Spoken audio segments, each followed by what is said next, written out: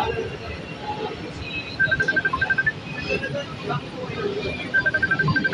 naman magbigay ng support sa government service. Ano yung reaction natin ngayon sa natuloy na yung bilang support Kasi ang tao para malaman na rin natin na yung katotohanan sa mga binibintang nila sa bansa. So, yun na naman yun nga, nung nakaraan ko nag-exercise sila. Anong oras kayo dumating dito at anong plano niya ngayong araw? May programa ba kayo? Wala naman. Basta nagbibigay ng support sa mangyayaring Sir, bilang siyempre nag-support ano yung mga gusto niyong talakayin na mahukay nung mangyayari yung impeachment trial? lahat ng pinasa sa kanya, katulad ng detention form, yung parang, kasi kung Marcoleta case lang, di ba? Sa bibig ng mismo ni Sara na sinabi niya, kung may nangyari sa kanya, mayroon na daw siyang kausap na parang, ano to sa first batch, message paper, mga ganun ba? Kung anong magiging resulta, kung anong magiging pasya ng mga set of judges.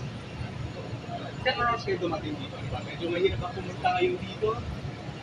Hindi, halos siguro wala kong 30 minutes. Medyo may tanong-tanong doon sa labas. Kasi before wala naman mga gano'n na tatanong. Ano ba? Wala naman tatanong. Ngayon, tinatanong na. Nakapasok naman kayo. Ilan sir kayo dito nakita namin kung medyo ilan kayo? May group ko ba yun sir? Ano, mga 10. 10. Ano yun sir, may sariling group ko yan? Hindi naman mga ano lang talaga, mga support ko lang talaga na government. Ano yung sila pag-usapan nyo na pugod na kayo ngayong araw?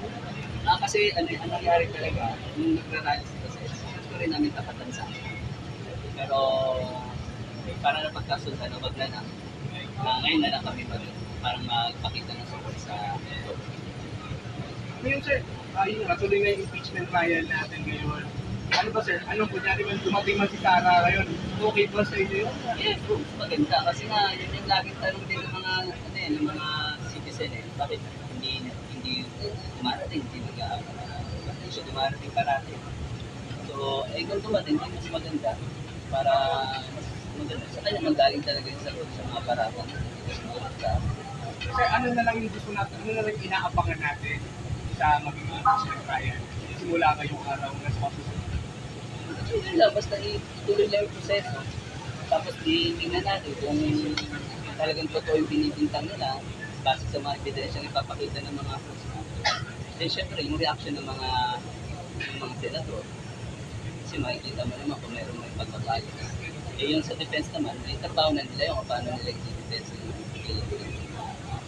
Sir, paano ko na rin na-admit or hindi nasama?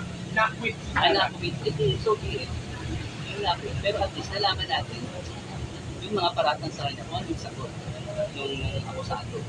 Yun lang. Isa sir, doon sa parang naging issue ngayon yung BIR Act. Currently. Kung bubuksan mo. Oo. Pwede, nasa kanila na din. Anong magiging pasya ng trial kung bubuksan o hindi. Okay na naman. Wala naman problema. Pero sir, para sa inyo, syempre bilang... Mas maganda buksan siya. Mas maganda buksan siya. Para malaman natin kung ano pa talaga naman. Ano ba sir, parang bang EDSA 2 ba yung mangyayari kung sakali man? Sa amin wala kaming ganun. Ewan ko sila, yung kabilang side. Baka pag pag nag-guilty, baka ganun ang gawin. Pero sa amin, kunyari ma-acquit, okay lang sa amin. Wala kaming ganun plano na parang physical power. Message na lang sir. Para ni Okay, sige. panawagan. Una-una siyempre salamat sa inyo, sa TV News 5, salamat. Tapos, tsaka yun, yung mga kapwa ko na sumusuporte din dito sa impeachment trial. Ganito lang, kalma lang, payapa lang, di ko tulad yung ginawa yung kabila na magulo. Diba? So, yun lang po. So, ano lang tayo, kalma lang, sakto lang tayo. Para walang gulo, para peace. Mayor?